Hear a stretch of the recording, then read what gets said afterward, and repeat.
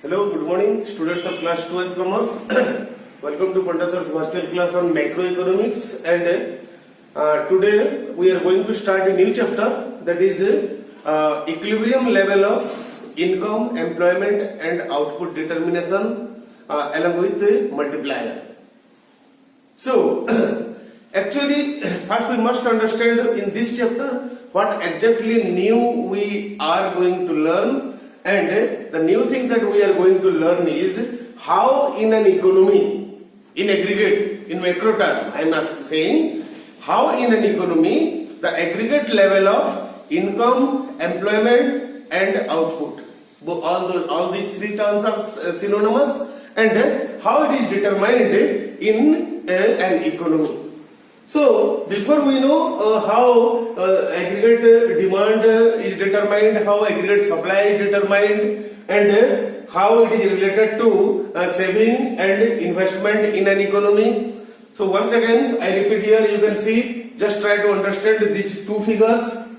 This is saving and investment curve. So, we can understand or we can discuss how economy attains equilibrium level of income and output and employment through two approaches. One is aggregate demand and aggregate supply approaches, and another is saving and investment approach. We know that aggregate demand is consumption plus investment and aggregate supply is saving plus investment. So, at equilibrium level, because AD is equal to AS, then obviously we can conclude that when the economy is operating at equilibrium point, then obviously saving is equal to investment. And the same thing, this much only we are going to understand today, that aggregate demand is nothing but the combination of aggregate consumption plus aggregate investment, and aggregate supply is the combination of aggregate saving plus aggregate investment. Hence, from these two equations, you can conclude that if AD is equal to AS, and when aggregate demand becomes equal with aggregate supply, it is at equilibrium level. So, at equilibrium, AD equal to AS, hence investment and consumption. From this, we can say consumption plus investment and saving plus investment. So, from this we can derive that saving is equal to investment. And at par, at beyond equilibrium level means if we go further, then AD becomes less than AS, whereas saving become greater than investment. So, let us try to understand these two diagrams.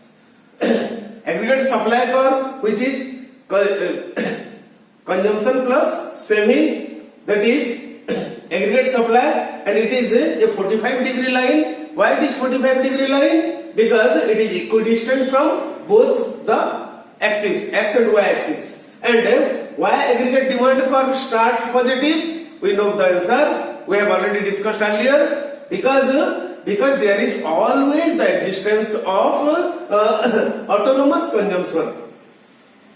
Autonomous consumption, even if the income level is zero, we have to consume something. That's why aggregate demand curve starts positive. And at the point where aggregate demand and aggregate supply curve intersect with each other, that is the equilibrium point, and the economy attains equilibrium. So, just parallel to it, below you can see that saving and investment curve.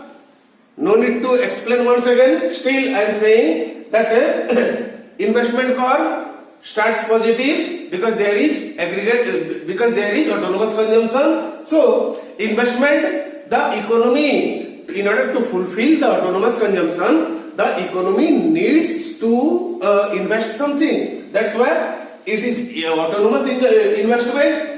That's why it is parallel to x-axis. It has no relationship with the level of income. Whether the level of income is rising or falling, this autonomous investment remains always same. That's why it is parallel to x-axis. And saving starts negative because at zero level of income, due to the presence of autonomous consumption, saving starts negative. and as the level of income starts rising, saving becomes more and more, and it becomes closer and closer to x-axis. At this point you can see saving curve is intersecting with x-axis. That means at this point, at this level of income, saving is 0, and after that saving becomes positive, and it grows and grows and grows. And where saving and investment curves are intersecting with each other, at the equilibrium point, where the economy attains equilibrium, AD equal to S or saving equal to investment. So this is about how you can explain the attainment of equilibrium by an economy with both the approaches, that is aggregate demand and aggregate supply approach, and saving and investment approach. Today, this much for today, and tomorrow we are going to discuss about the effect of multiplier in an economy. So, thank you and have a nice day.